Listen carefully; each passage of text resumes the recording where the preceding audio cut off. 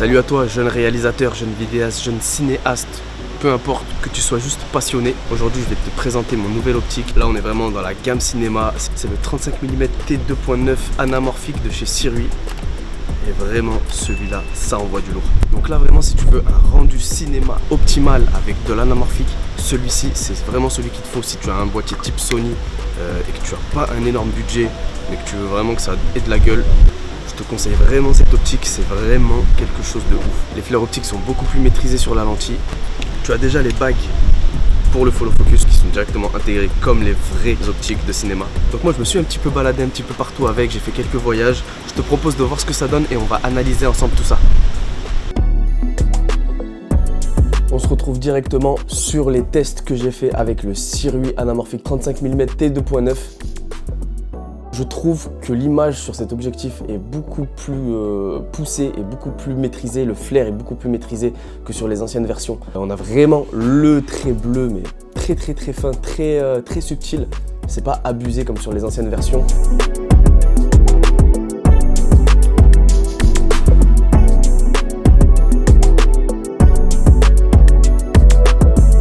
Voilà, en pleine journée, ce qu'il propose en termes d'image. Je te laisse admirer le bokeh en arrière-plan.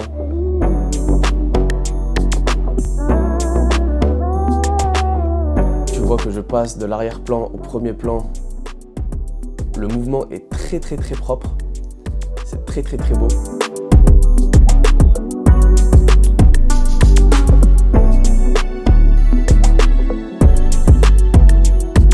Voilà, vraiment pour faire des belles images cinématographiques, c'est vraiment ce qu'il faut si tu as un petit budget et que tu as un plein format.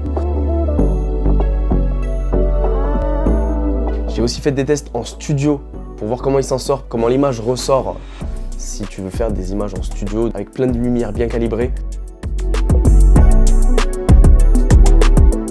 On a une image incroyablement nette et bien détaillée au niveau de notre sujet.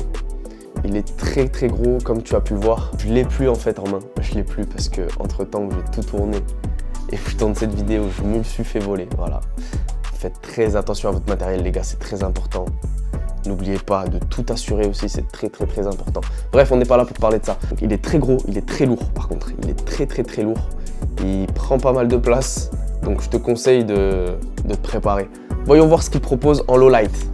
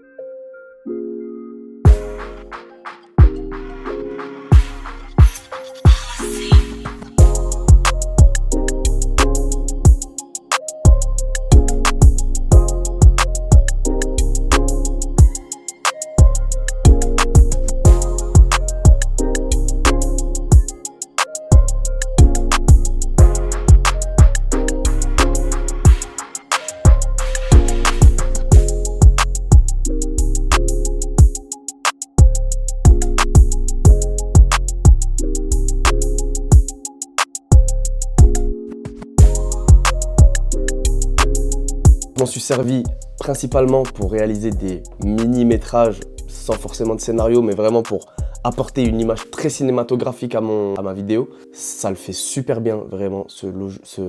Cet objectif est vraiment incroyable. Merci Sirui, vous êtes des bons, vous êtes au top.